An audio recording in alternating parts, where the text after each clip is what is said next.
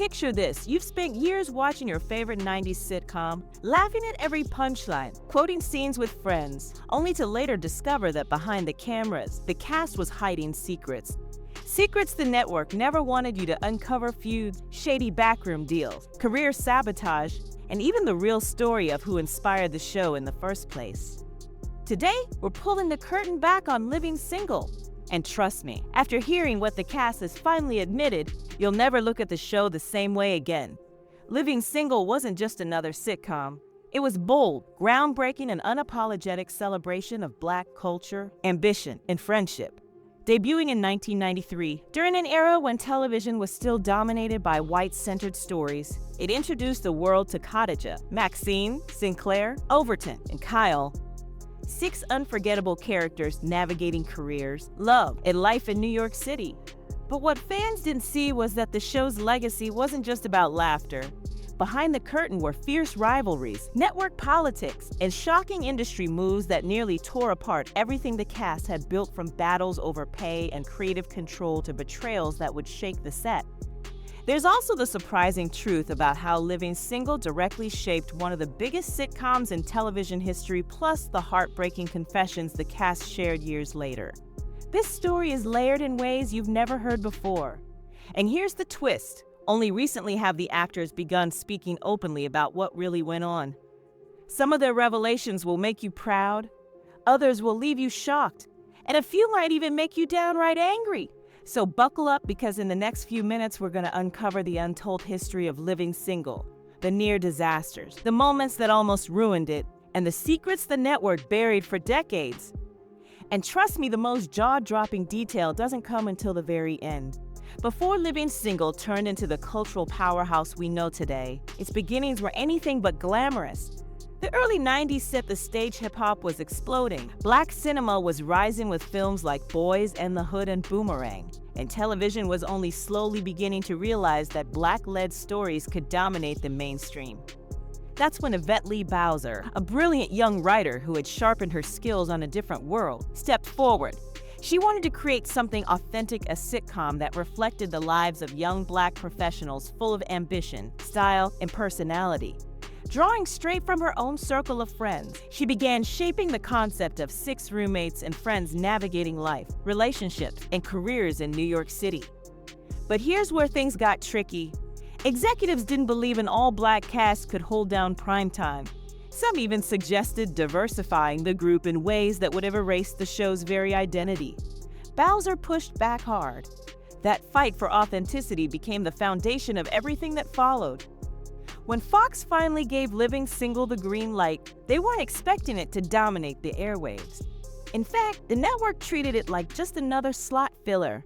They didn't pour in the same marketing dollars they happily gave to other sitcoms, especially the ones with white leads. But what unfolded next? It shocked everyone. Living Single shot straight to the top of the ratings within its demographic. Almost instantly, viewers connected deeply with the chemistry, the humor, and most importantly, the kind of representation they have been deprived of on television for years. And here's the twist, something many fans still don't know. Before Living Single even aired, NBC executives had already caught wind of the concept and showed a suspicious interest. Not long after, another sitcom centered around 6 friends in New York suddenly appeared on NBC's lineup. You know it today as Friends. While NBC has never officially confirmed this, even some members of the Friends cast have hinted that Living Single opened the door for their show, and perhaps inspired it far more than they've ever openly admitted. The idea that Living Single not only paved the way for Black ensemble sitcoms, but also directly influenced one of the most successful shows in TV history remains one of television's biggest what-ifs. But as we'll see later, that influence didn't come without consequences. In fact, the way Fox treated the cast in the following years was directly tied to this rivalry. And trust me, once the Living Single cast discovered what NBC was planning, that's when things began heating up behind the scenes. One of the earliest elements that made Living Single so special was the undeniable chemistry among the cast members. Queen Latifah as Khadijah James, Erica Alexander as Maxine Shaw, Kim Coles as Sinclair James, Kim Fields as Redgine Hunter, T.C. Carson as Kyle Barker, and John Henton as Overton Wakefield Jones. Each one of these characters felt like someone you knew in real life. On screen, their banter was razor-sharp, their comedic timing flawless, and their affection for each other looked completely genuine. To viewers, it all seemed effortless, but behind the curtain, the dynamics were much more complicated. From the very beginning, Queen Latifah, already a music star and rising businesswoman, naturally assumed an unofficial leadership role among the cast.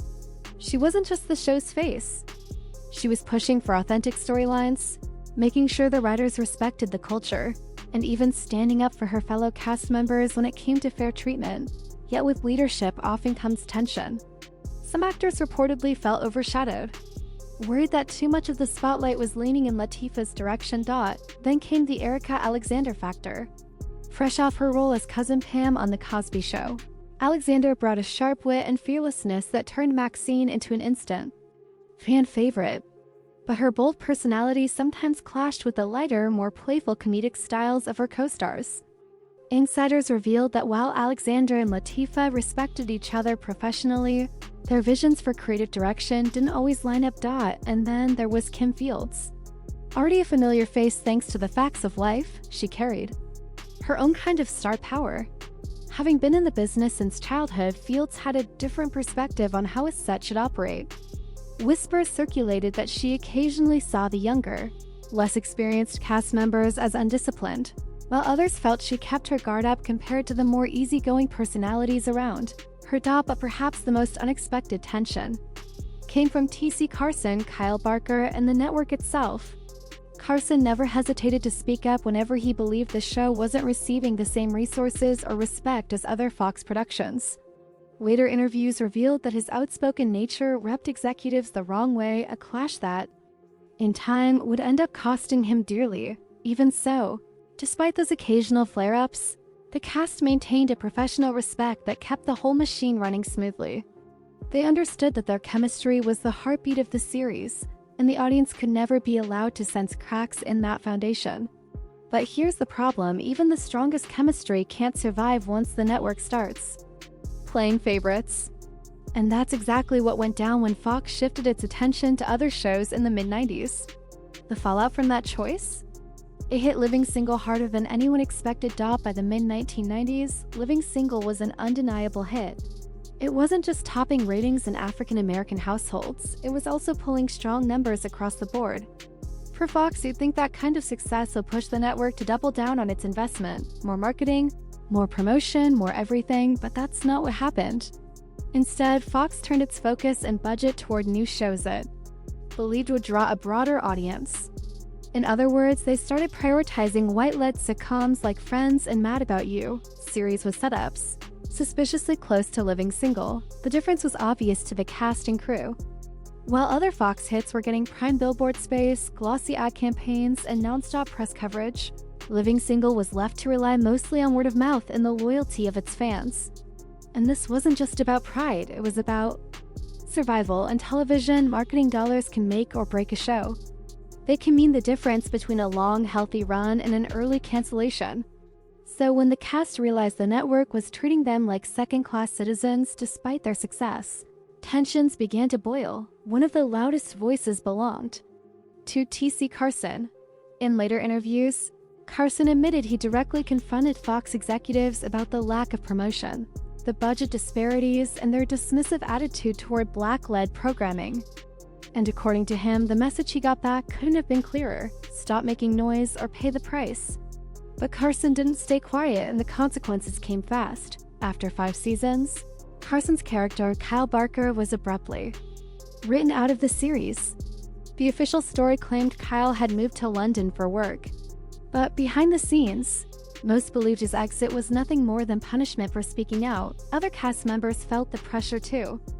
Erika Alexander, in particular, has been vocal about how difficult it was to watch the very show that broke barriers for representation get treated as disposable. In one interview, she compared Living Single's promotional budget to that of Friends, saying, "We knew exactly what was going on, and it had nothing to do with ratings." And yet, through all of this, the cast kept showing up and delivering on screen. They squeezed the most out of what they were given, leaned into their chemistry, and continued to provide audiences with stories that felt authentic and relevant. But cracks were starting to form. Without equal resources, the writers and producers had to cut corners. Certain storylines were either rushed or dropped altogether.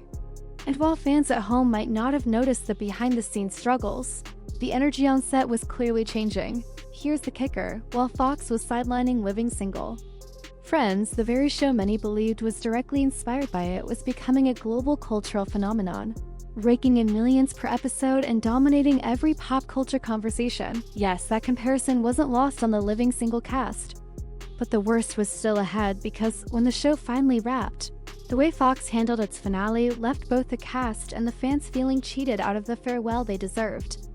By the time Living Single entered its 5th season in 1997, the writing was already on the wall, though not in the way the cast or the fans had hoped. Ratings were still solid, the audience remained loyal, and the characters had become household names, but behind closed doors, Fox had already made up its mind. The show's days were numbered. And what's shocking is how quickly it all unraveled. Instead of announcing a proper final season with enough time to build toward a big send-off, Fox left the cast and even some of the writers in the dark until it was nearly too late. According to several cast members, the way they discovered the show was ending felt abrupt, almost like being quietly shoved out the back door. Kim Coles, who played the bubbly and lovable Sinclair, later admitted in interviews that she felt blindsided. She recalled, "We didn't get that chance to properly say goodbye to the fans. It just ended." Erica Alexander echoed that frustration, calling the show's ending anticlimactic and unfair to a series that had given so much to the network. Instead of receiving a grand finale with a full media push, the kind you'd expect for a groundbreaking sitcom, the last episodes were treated like any other. No special press tour, no retrospective, no primetime goodbye for the fans. It was as if one day the show was there and the next it had vanished. And that lack of ceremony wasn't just disappointing, it was a painful reminder of how undervalued Living Single had been from the very beginning. For the cast, who had poured years of their lives into it, the quiet exit felt like a slap in the face. Queen Latifah, ever the diplomat, never publicly lashed out at Fox, but in interviews she's hinted that the way it all ended wasn't remotely what the show deserved. Then there was T.C. Carson, already written out earlier in the season, whose absence from the finale was glaring for longtime viewers. Many fans saw it as yet another sign that the network had no real interest in giving the storylines closure or respecting the audience's connection to the characters. To make matters worse, the timing of the cancellation was especially frustrating, because the show was still relevant. It was still producing sharp, funny episodes that resonated with viewers. In another world, one where Fox actually believed in it, Living Single easily could have lasted another 2 or 3 seasons. But perhaps the most heartbreaking part was this: the cast didn't even get to spend that final day knowing it was truly goodbye. There was no emotional wrap party, no heartfelt speeches about what the show had meant to them. Just a quiet fade out, almost as if the network wanted to move on and erase the moment as quickly as possible. Still, even though Fox was ready to let Living Single fade into memory, the fans weren't. Years later, that loyalty sparked something unexpected, a public push for a revival, one that stirred up hope along with old wounds. For years after the show ended, fans couldn't shake the feeling that Living Single had been cut short. The friendships, the quick-witted dialogue, the raw authenticity, it had all left a lasting mark. And once social media came into play, nostalgia spread like wildfire, fueling whispers of a possible revival. It started small, through interviews. Every time Queen Latifah appeared on a talk show, someone would ask, "Will there be a reunion?" At first, she kept things coy, saying she'd love to see the gang reunite if the timing worked out. But by the mid-2010s, she started hinting more openly, even telling Watch What Happens Live that a reboot was already in the works. Those 4 little words sent fans into an absolute frenzy. Kim Coles, always known for her warmth and openness with the audience, only fueled the excitement further. She admitted she'd agreed to a revival in a heartbeat, but then confessed something fans didn't see coming. The entire cast hadn't actually been in the same room together for years. Though the respect between them was still there, life had pulled each of them in very different directions. Some moved on to new projects, while others stepped away from the spotlight entirely. And then there was the complicated matter of ownership and rights.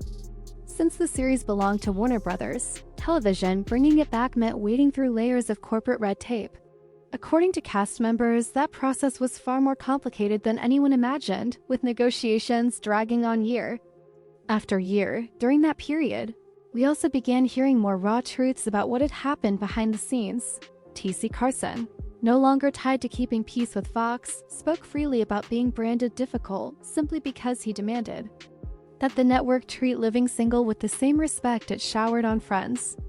His honesty gave fans fresh perspective on why his character vanished so suddenly, and it reignited bigger conversations about how Black-led shows have historically been handled in Hollywood. Erica Alexander also started raising her voice more, not only about Living Single, but about the deeper systemic issues plaguing the industry. In one interview, she revealed how she had spent years watching Friends celebrated as a groundbreaking cultural phenomenon, while Living Single, which came first, was barely even acknowledged in mainstream television retrospectives. She didn't mince words, she called it erasure. And many fans agreed with her. Revival talk picked up steam again in 2018, when the cast minus Carson reunited on The Real. The moment was pure nostalgia. Seeing Khadijah, Regine, Sinclair, Max, and Overton together again moved fans to tears. They laughed over classic episodes, swapped behind-the-scenes stories, and once again hinted that a reboot might actually be possible. But once the cameras stopped rolling, reality set in. The industry had shifted, and reuniting the original cast under the right circumstances wasn't just a matter of scheduling. It was about trust. The truth is, some cast members were still carrying the sting of how things ended. They weren't interested in coming back unless they knew the project would be handled properly, marketed the right way, and most importantly, given the respect it hadn't received the first time around. In the end, while an official Living Single revival has yet to materialize, the very conversations about it have kept the show's legacy alive, and perhaps that's the most powerful thing of all. Even without a reboot, Living Single still lives rent-free in the hearts of fans, continuing to inspire memes, rewatches, and cultural conversations nearly 3 decades later. But the story doesn't stop there. Because once the cast finally began speaking without holding back, they revealed one last mind-blowing truth, a detail about the show's creation and survival that even the most die-hard fans had never known. For years, the legacy of Living Single was pieced together through scattered interviews, the occasional panel discussion, or a nostalgic article every so often. But in recent years, as the cast grew more candid, one final revelation emerged, a truth that completely reframed the show's history. It came straight from Queen Latifah herself during an interview reflecting on her career and the importance of living single. She revealed that the only reason the series lasted as long as it did was because the cast, not the network, fought tooth and nail behind the scenes to keep it alive. At one point, during a particularly tense season, Fox was actually considering cutting the show early to make room for a new series. The network didn't believe its so-called niche audience was worth prioritizing. But the cast, led by Latifah and backed by the producers, refused to let that happen. They argued that Living Single was more than just ratings. It was a cultural landmark, giving visibility and voice to stories that television had ignored for far too long. Those behind-the-scenes negotiations were intense. Cast members have hinted that walkouts were threatened, and there was even talk of going public about Fox's treatment if they didn't get a fair shake. In the end, Fox backed down. Not because they suddenly recognized the show's value, but because they realized canceling it outright could spark backlash in a community they couldn't afford to alienate. But here's the part most fans never realized. During those struggles, the cast themselves also agreed to take personal pay cuts in certain seasons just to keep the production afloat. That's right, the very people making Living Single loved it so much and believed in it so deeply that they sacrificed their own salaries to keep the doors open. And hearing that changes everything. It means every single episode we got, every laugh, every heartfelt moment, every unforgettable scene, wasn't just the result of a network order. It was the product of a cast and crew who fought relentlessly to make sure those stories were told even when the people at the top didn't care. And maybe that's why Living Single still resonates to this day. It wasn't just television.